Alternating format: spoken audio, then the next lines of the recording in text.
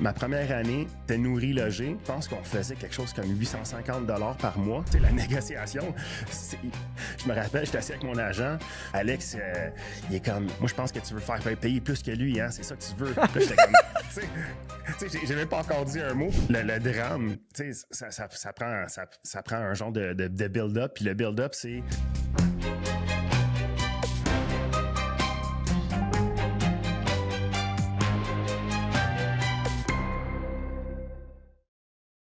Bonjour tout le monde, bienvenue à Sparring. Salut Sach! Salut Jen, ça va? Ben oui, t'es toute beau! Et toi aussi? Merci! Ah, c'est l'été? Ben oui, c'est l'été, enfin! Puis on va jaser d'un sujet pas mal estival. Ben, quelqu'un qui connaît pas l'été parce qu'il profite du golf, profite de son temps là, avec il revient de voyager le monde avec Team Canada, Ben avec oui. la classique de baseball. Hey, Très on content. en a tellement parlé. Ben, je suis très, très content parce que j'ai rencontré notre invité, Russell Martin, il y a 2 ans, je pense, Russ, qu'on s'est rencontrés en Arizona. Ouais, Puis, moi, je suis un grand fan de baseball. Fait que je suis un grand fan des Blue Jays. Et de golf aussi? Oui, mais juste comme fan des Blue Jays, rencontrer Russell Martin, j'étais très excité. Rencontrer aussi Rick Gagné qui était là. Puis là, qui accepte de venir nous jaser de baseball. Là, on apprécie beaucoup. Fait que, Oui, alors notre invité, c'est Russell Martin. Salut Russell! Salut, ça va? Ben là, ça va super bien. En plus, avec ta belle casquette, on va jaser de sport, c'est parfait. Dans tous les sens. ouais. Ah ouais, il faut représenter le Canadien, là. Sont le fun à regarder, là. Exact. Pour te présenter, t'as pas besoin de présentation, mais on va le faire quand même un petit peu. Ancien joueur de baseball, tu as passé 14 saisons dans le meilleur circuit au monde de baseball et t'étais pas loin du terrain récemment parce que, comme Russell l'a dit, tu as été coach à la Classique mondiale et tu es aussi entrepreneur, papa de 4 enfants. Oui. Hein? 4 enfants, Ouais, quand même. 3 filles, un petit garçon. Et en plus de ça, ben, tu joues au golf. Je sais pas, t'es rendu où là, dans ta carrière de golfeur? Là? Es-tu amateur professionnel? On te qualifie comment? Ben non, hey, amateur, je suis loin d'un professionnel, là. C'est même pas proche. Mais là, tu joues combien de fois, mettons, par semaine? En moyenne, je dirais 3-4 fois par semaine. OK. Mais c'est quand même presque un temps plein, là. Un travail temps plein. Ouais, c'est une passion, mais c'est... Écoute, j'ai joué avec des professionnels, puis il y a quand même une grosse coche de différence, là. C'est... Ben oui. entre un golfeur scratch puis un professionnel, c'est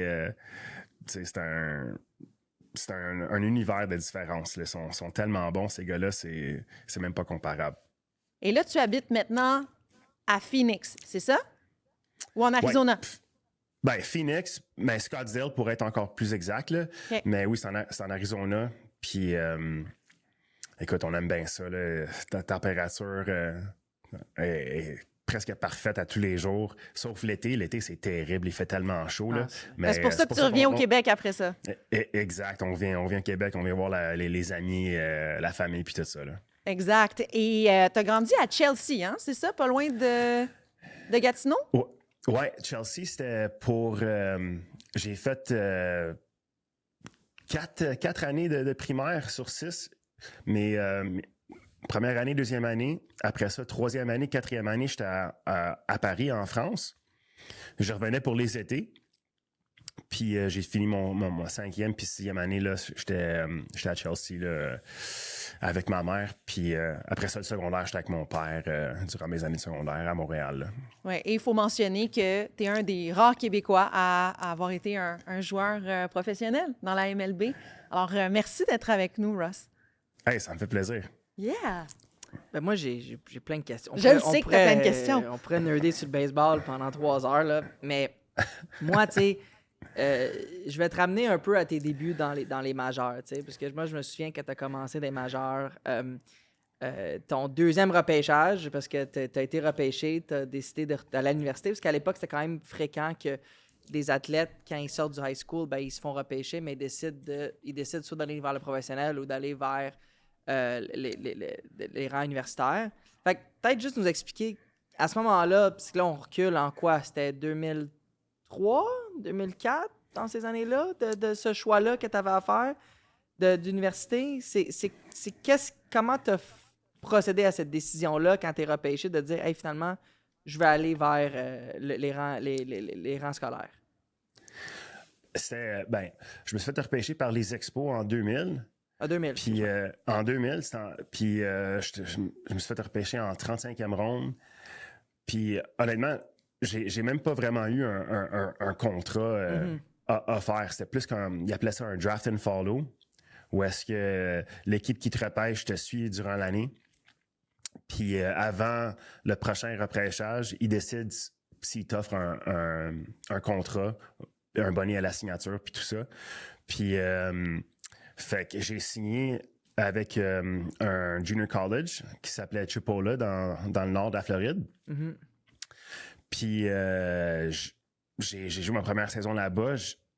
Ça a été correct, mais j'ai pas été signé, j'ai pas eu d'offre. J'ai même pas vraiment eu tant de genre de follow-up. Il y a pas tant de recruteurs qui sont venus me voir jouer.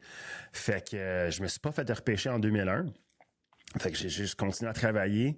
Puis en 2002, ma deuxième saison à Chipola, je me suis fait repêcher par les Dodgers. Mais j'avais fait une promesse d'aller à l'école North Carolina State University, NC State. Mm-hmm.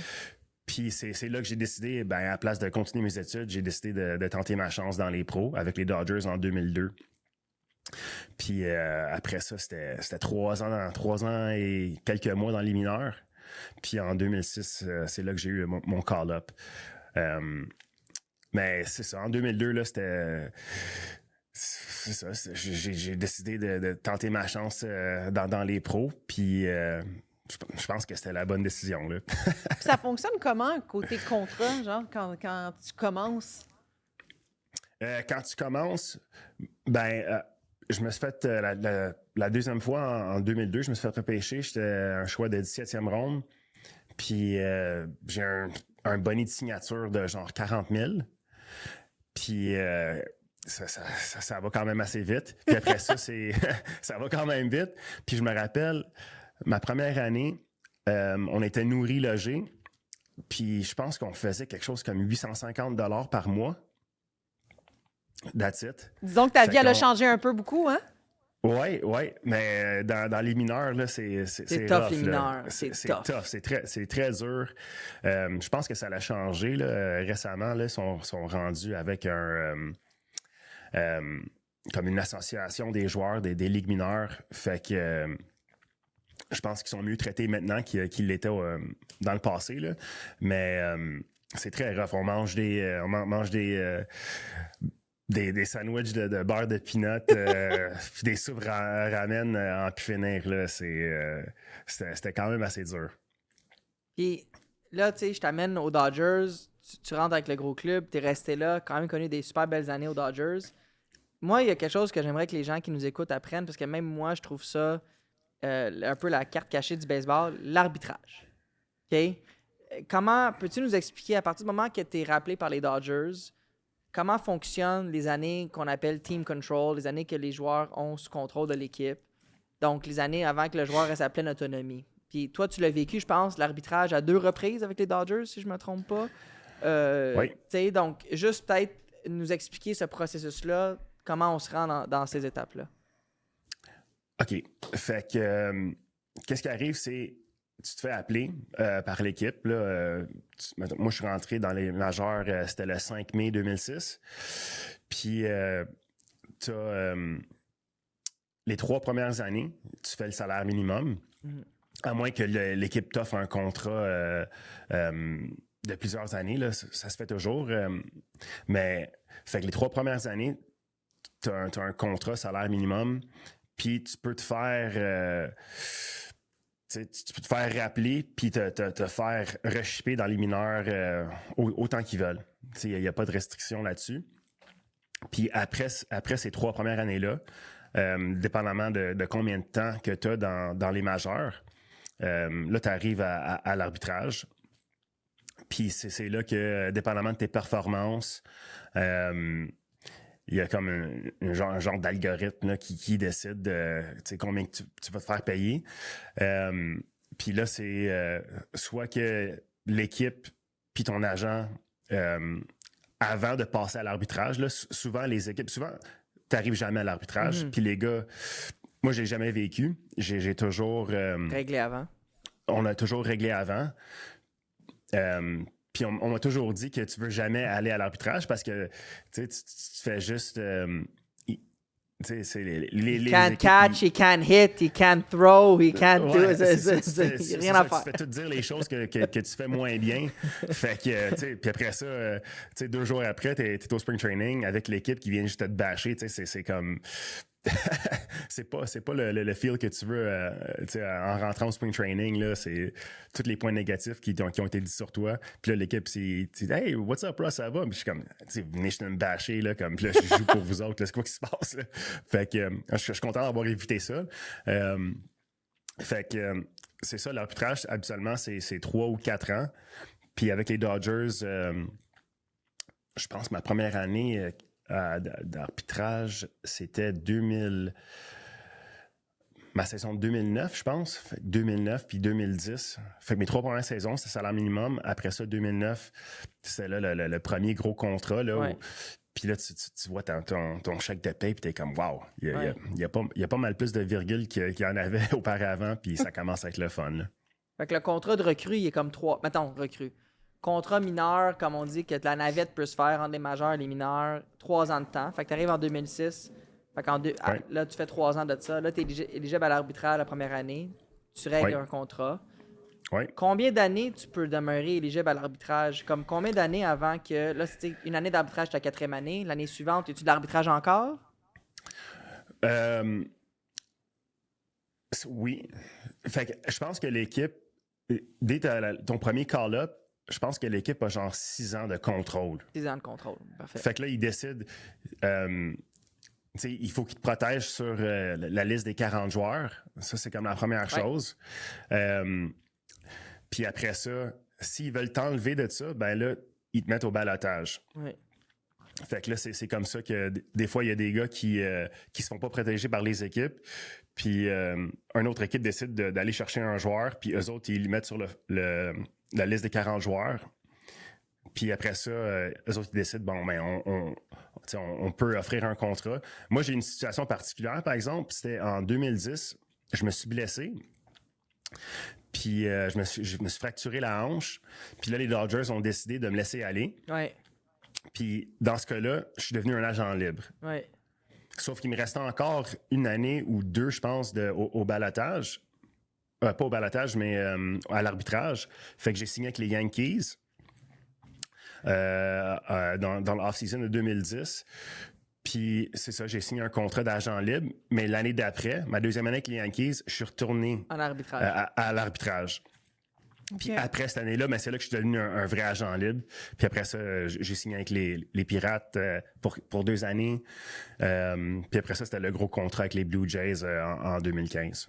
Je vous rappelle qu'il y a toujours 2 façons de suivre les contenus de KO Sport, soit en s'abonnant au ko-sport.tv. Vous avez droit à différentes primeurs, des offres spéciales, des rencontres avec les animateurs de la station. Sinon, vous pouvez toujours nous suivre sur YouTube. Alors, abonnez-vous à notre chaîne. À bientôt. Bien, justement, on va revenir sur ce gros contrat-là avec les Blue Jays. 82 millions de dollars pour 5 ans. Jamais un athlète québécois n'a gagné autant d'argent à ce moment-là. Peux-tu nous expliquer comment tout ce contrat-là, comment c'est arrivé à terme? C'était quoi l'atmosphère? Comment ça s'est fait? Ben, dans le temps, c'est Alex Santopoulos, puis Paul Beeston, qui étaient comme les responsables des Blue Jays. Puis je porte la bonne casquette. Je me rappelle, on a été voir un match au Centre Bell, puis on était dans une suite. Puis, écoute, c'était... C'est pour le monde qui ne connaisse pas Alex Antopoulos, c'est quand même un personnage. C'est pas, mettons, un DG qui est typique. Il y a de la jasette, il est animé. Okay.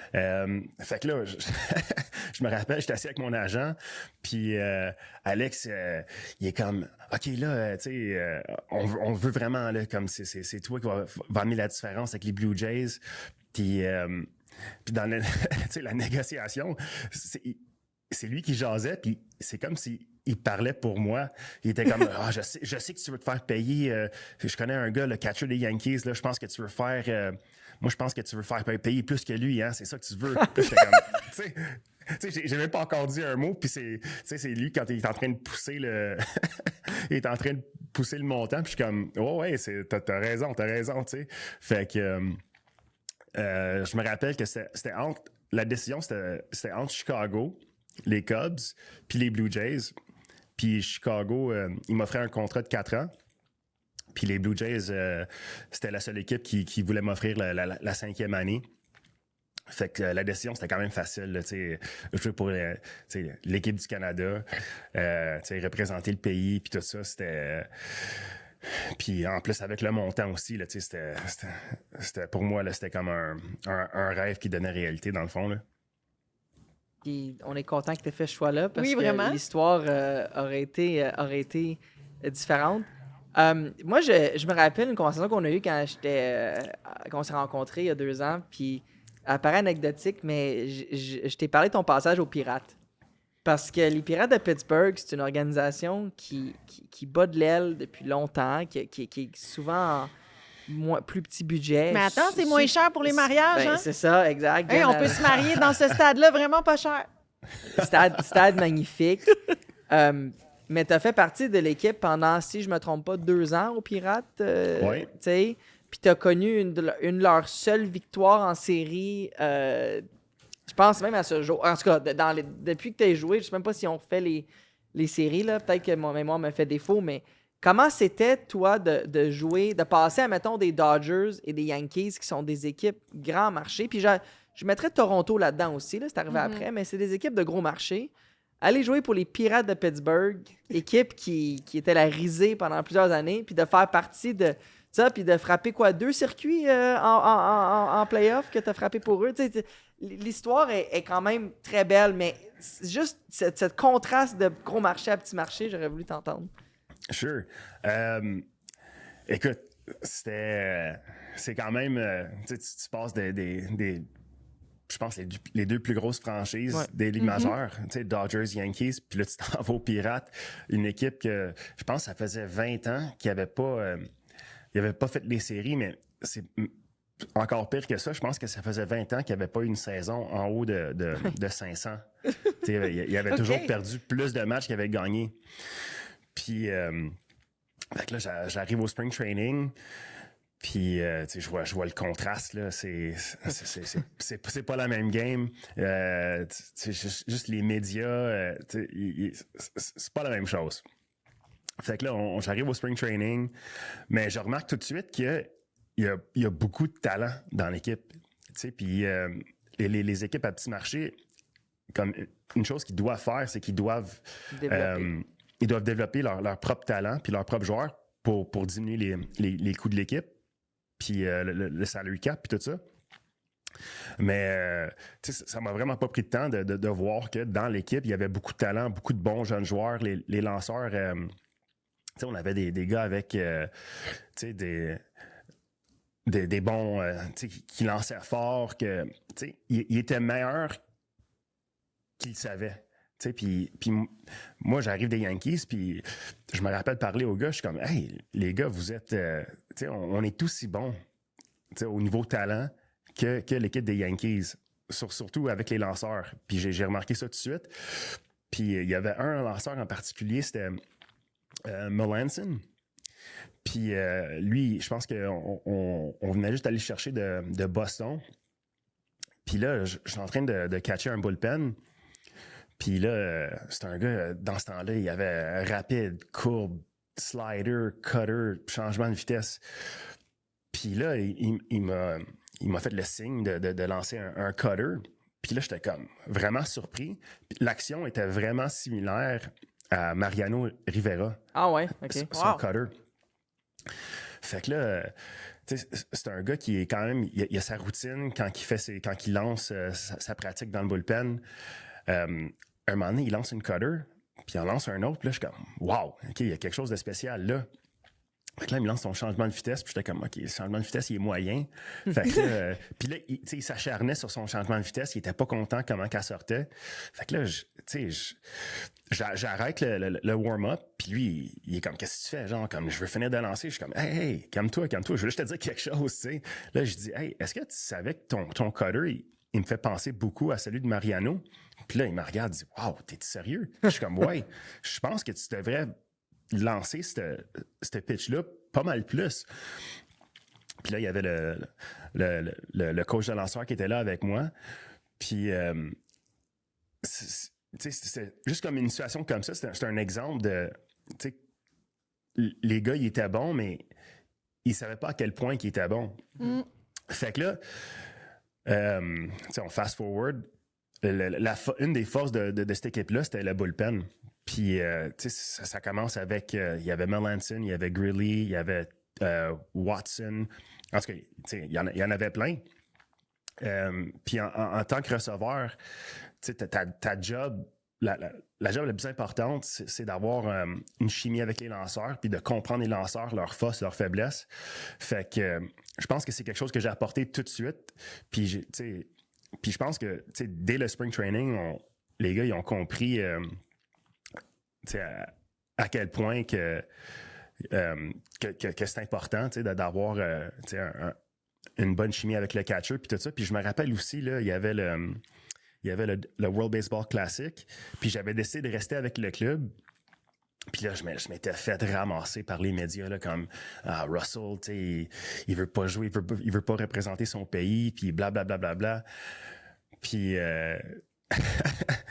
ça m'a vraiment fait de quoi, mais c'était tellement important de passer du temps avec les lanceurs pour apprendre à les connaître, puis tout ça. Fait que c'est sûr que j'ai trouvé ça difficile d'avoir ce genre de... Cette image-là un peu de... Oh. Ouais, ben l'image, puis juste le... Comment que je peux dire ça? Je me suis fait juste juger par le public. Tu t'es fait étiqueter un peu, là. Ouais. Mais fast forward, l'équipe, on fait les playoffs, puis en bout de ligne, je pense que ma décision était bonne, là, parce que tu perds, mettons, 2-3 semaines du spring training, puis t'as pas le temps de builder cette chimie-là avec les lanceurs. Fait que, en tout cas, c'est quelque chose qui nous a permis de se rendre dans les playoffs. Mais cette saison-là, c'était fou. Là, c'est pas comme on n'était pas un club exceptionnel en début de saison. Je pense que ça nous a pris jusqu'après le match des étoiles pour vraiment comme commencer à performer. Vous étiez les underdogs un peu, là. On était les underdogs toute la saison. Mais je pense même il faudrait que je check un peu, là, je me rappelle pas à 100%, mais on était comme quasiment à 500.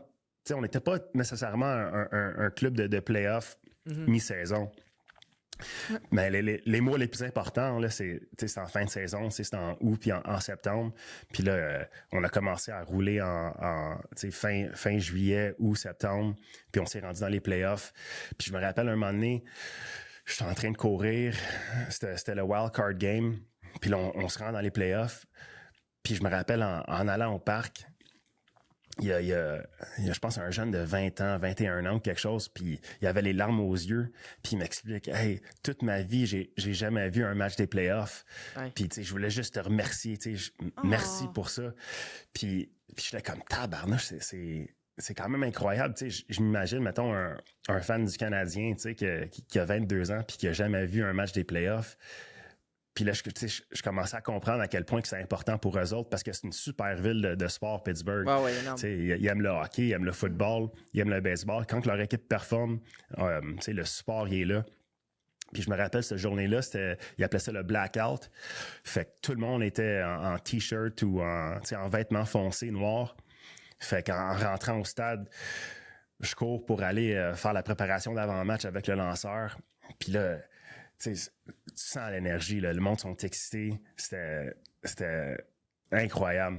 Puis là, un des moments les plus fous, mon premier at-bat, là, c'est le Cueto. Les fans sont en train de de crier le nom du lanceur adverse, là, Johnny Cueto. Cueto. Cueto. Il échappe la balle sur le monticule dans le milieu d'un at-bat. Puis je me rappelle juste comme... Je suis sorti de la boîte de frappeur, puis j'ai pris comme un gros respire, puis j'ai trouvé ça drôle, j'ai trouvé ça comique. Puis le prochain lancé, je frappe un circuit, puis je pense que c'était le deuxième circuit de la game. On a pris une avance de 2-0.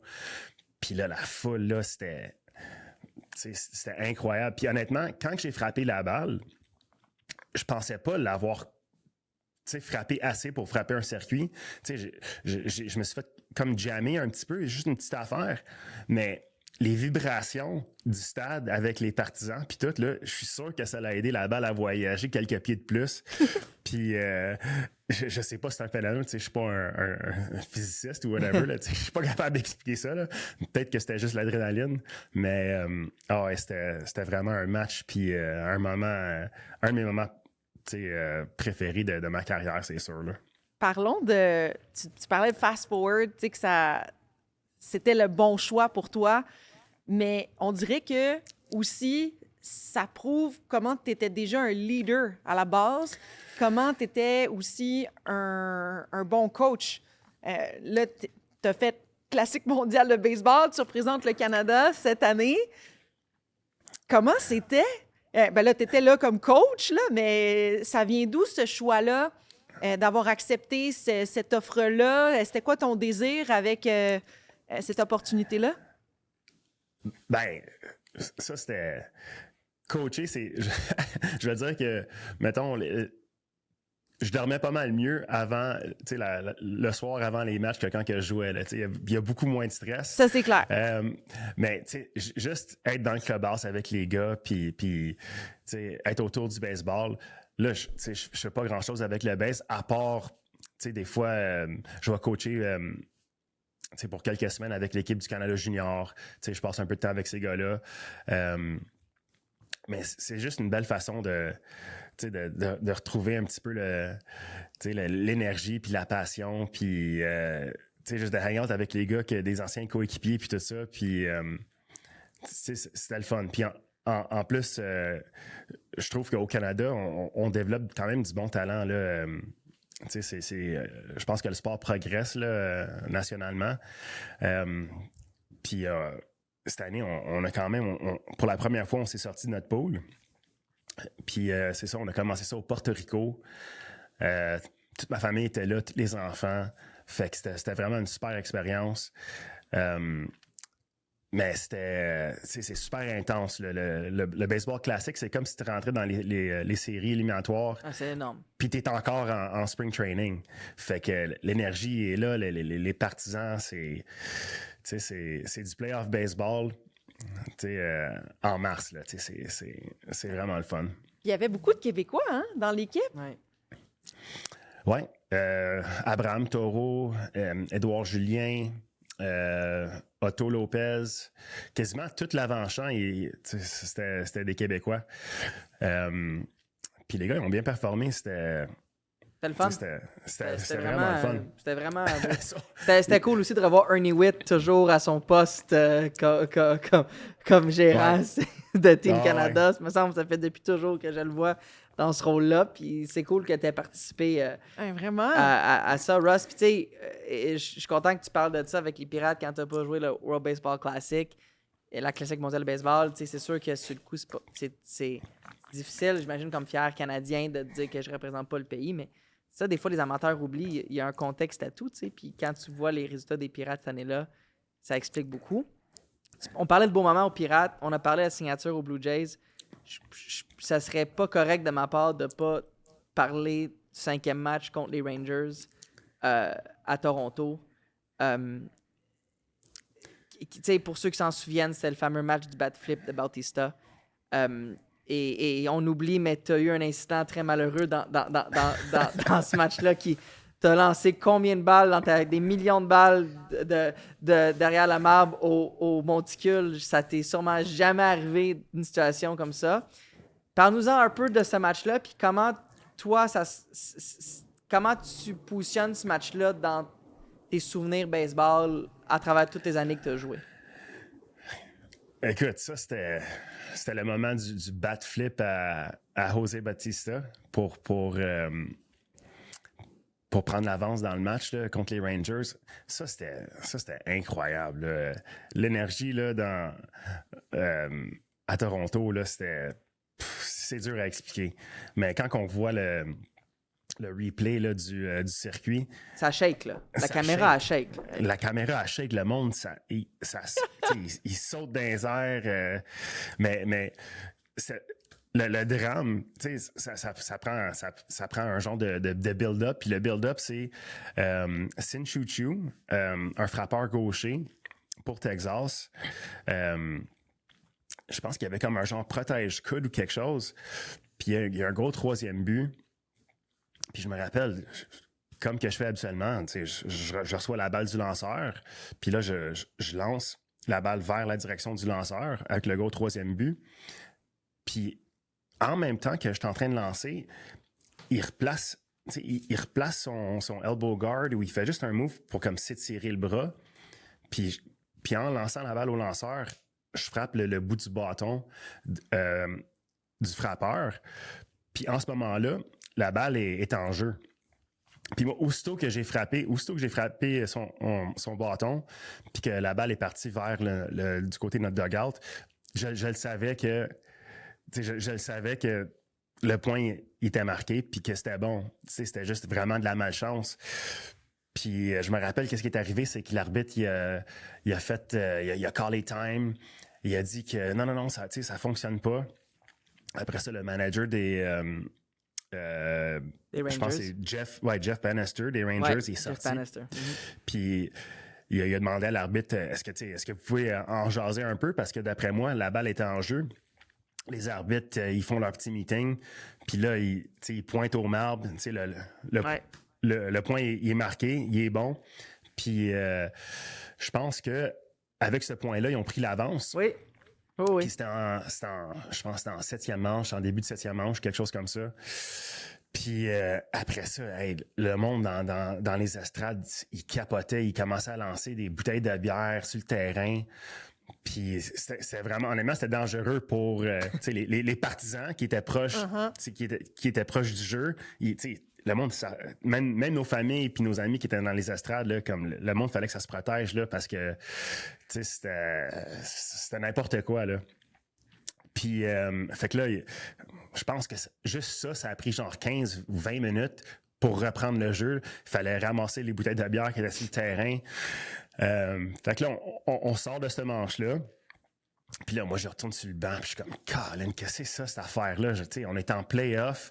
Puis là, je pense à Bill Buckner pour les Red Sox. Là, la balle qui passe en dessous du gant, un jeu de routine au premier but. Puis là, je pense que ce gars-là, il recevait des menaces. Des menaces de mort. Il recevait des lettres, des appels. Puis là, j'étais comme, crime, ça va-tu être moi, ça? C'est fou, hein?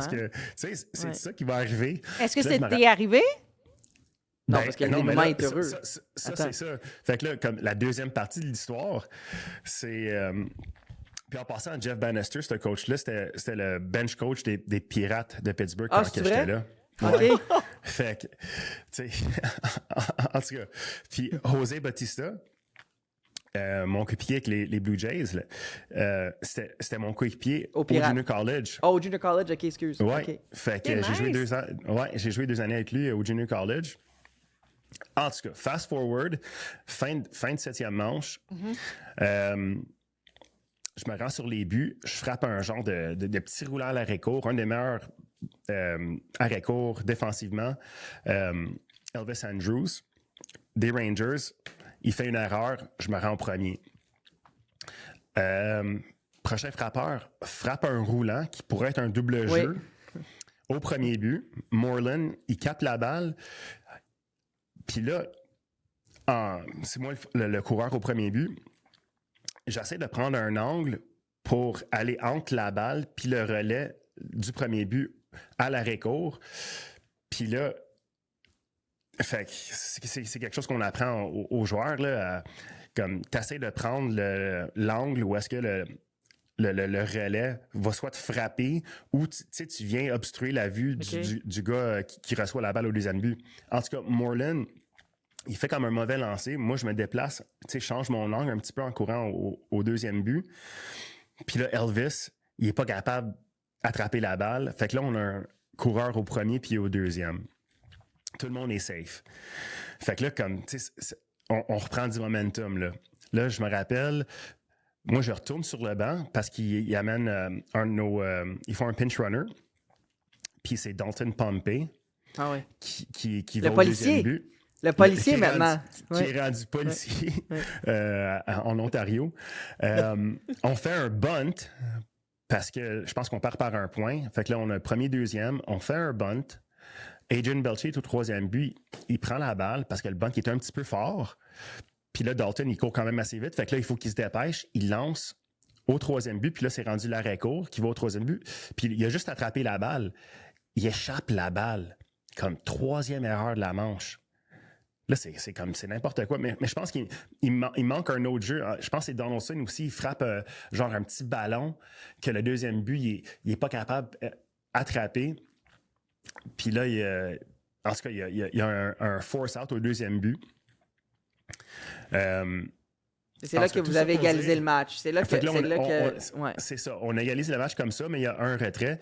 Puis là, c'est José qui arrive. Je pense qu'il y a un go premier puis un go troisième. Ouais. Le match est à égalité. Puis là, je me rappelle, tu sais, je suis comme... Je suis sur le banc, puis là, je regarde au ciel, je suis comme, s'il te plaît, là, tu sais, y a-t-il quelque chose, tu sais, on peut-tu, genre, juste exploser le match? Puis, écoute, là, c'est un changement de lanceur. Tyson, lanceur de balle tombante. Il lance fort, il lance 96. Puis le premier swing, José, je pense, il swing dans le beurre. Deuxième swing dans le beurre. Là, je suis comme, OK, il y a deux prises. Puis là, finalement, José, écoute, il explose la balle. Ah ouais. Il y a aucun doute. La balle est détruite. Puis là, c'est juste comme le plus gros cri. Je me demande c'est combien de décibels. C'était incroyable. Le stade shake, circuit José Bautista. Il lance le bat dans les airs. Il fait comme la statue au marbre. Puis là, je suis comme, oh my God, on a pris l'avance par 3 points. Puis c'était tellement fou. Là. Puis là, je me rappelle, j'ai mes mains comme ça. Là, je suis comme, merci Dieu, dans le fond, là, pour cette situation-là. Mon coéquipier de Junior College vient de me sauver la vie. Puis, il change l'histoire de qu'est-ce que ça aurait pu être, mettons. Là. Ah! Fait que, quelle histoire, là. J'ai été chanceux, là. Tu parles-tu encore un peu? Ben oui. Tout le temps? Oui. Pas tout le temps. Il habite en Floride. Puis, on se voit moins souvent. Mais habituellement, une couple de fois par année, là, on se voit soit, mettons, à quelque chose avec les Blue Jays ou un genre de tournoi de golf de fondation, les affaires comme ça. Tu le remercies encore pour ce beau moment qui t'a sauvé les fesses. Je l'ai remercié quand même assez souvent. Là. Il sait à quel point je l'apprécie. Moi, je trouve que ta course du premier au deuxième était le moment clé de cette manche-là. OK? Moi, je tiens à dire que s'il y a un double jeu sur ce roulant-là, c'est pas la même manche. Fait que, tu sais, c'est intéressant ce que tu dis pour l'inventeur de baseball parce que c'est des détails que, comme amateur, tu vois pas juste avec l'angle de la caméra. C'est difficile d'analyser cette course du premier au deuxième. Mais moi, je me souviens... Tous les fans de baseball se souviennent où ils étaient au moment du bat flip de Bautista. Ah ouais, je m'en souviens. Et j'imagine que c'était ton plus beau moment au baseball de ta carrière, ce match-là, ou t'en aurais un autre? Non, ça, c'est le top. Là. Ça, c'est le numéro 1. Il n'y a aucun doute. Ouais. Au niveau business, tu sais, toi, de décider d'aller à Toronto, bon, l'offre de contrat était la meilleure et tout, mais quel impact jouer à la maison a eu pour ta carrière? Je te dirais pas juste au niveau financier, mais au niveau marketing, au niveau commandite, au niveau tout ce que ça t'a permis d'avoir après carrière. Est-ce que tu as senti que l'arrivée à Toronto t'a propulsé de ce côté-là? Écoute, j'étais pas, j'ai pas eu tant de commandites, puis j'ai pas fait tant de choses en dehors du baseball. Moi, je gardais mon focus.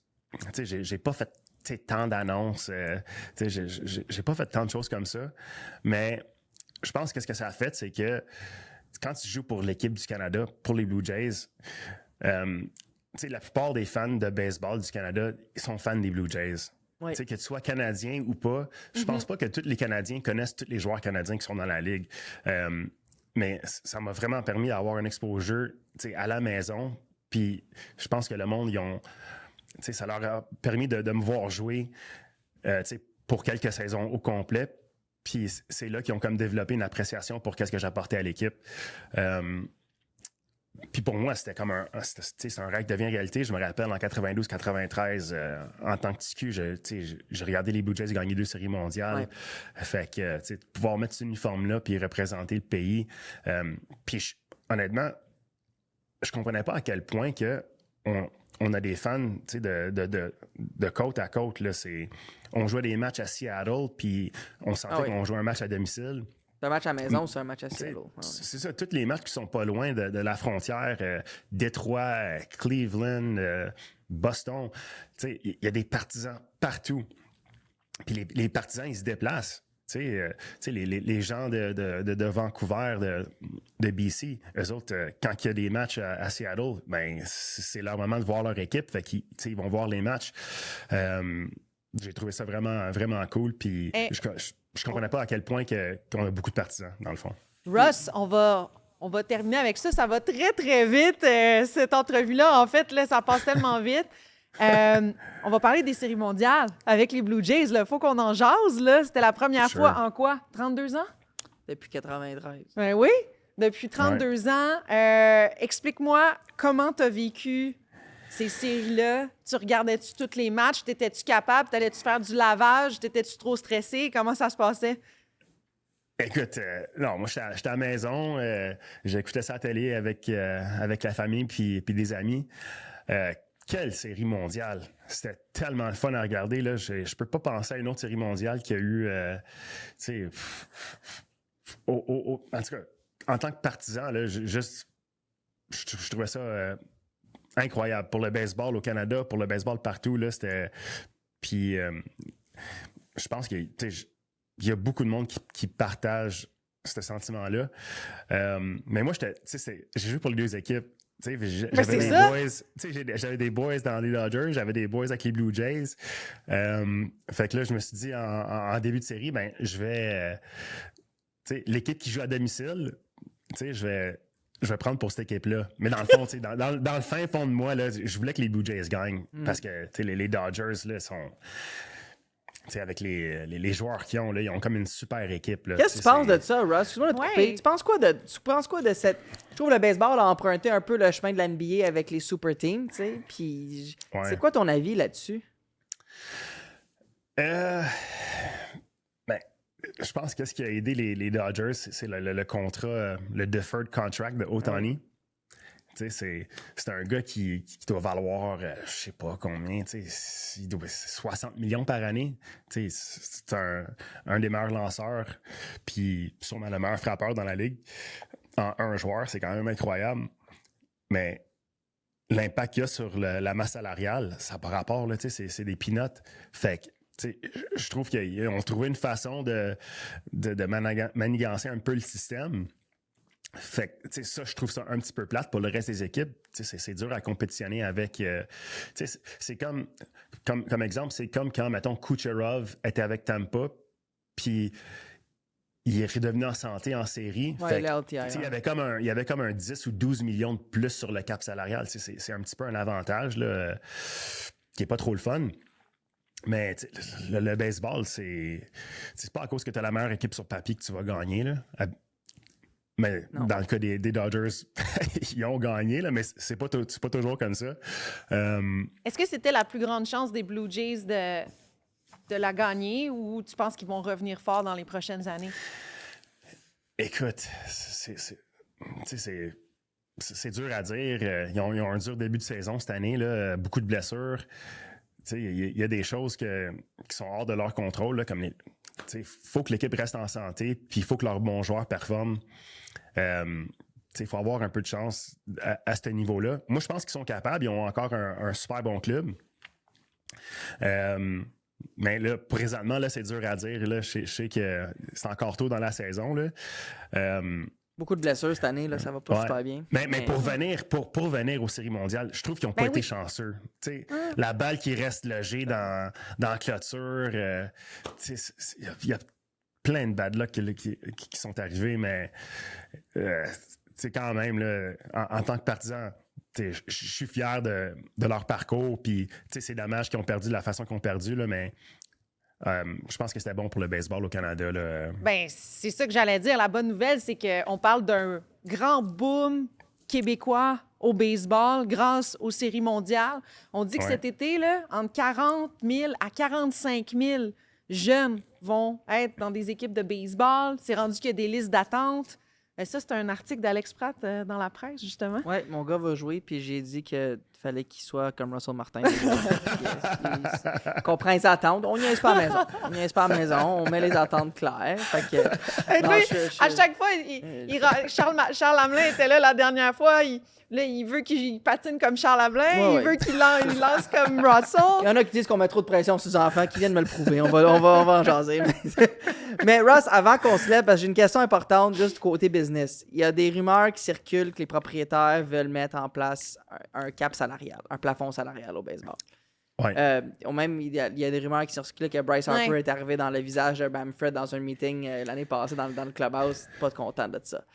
Évidemment, tu as joué, moi je suis agent de joueur, les plafonds salariales, c'est jamais bon pour le libre marché, on n'aime pas ça, mais toi qui mènes le regard extérieur quand tu regardes ça, est-ce que tu es pour ou contre un plafond salarial au baseball? Je suis contre. Moi, je suis vraiment contre, puis ça, c'est...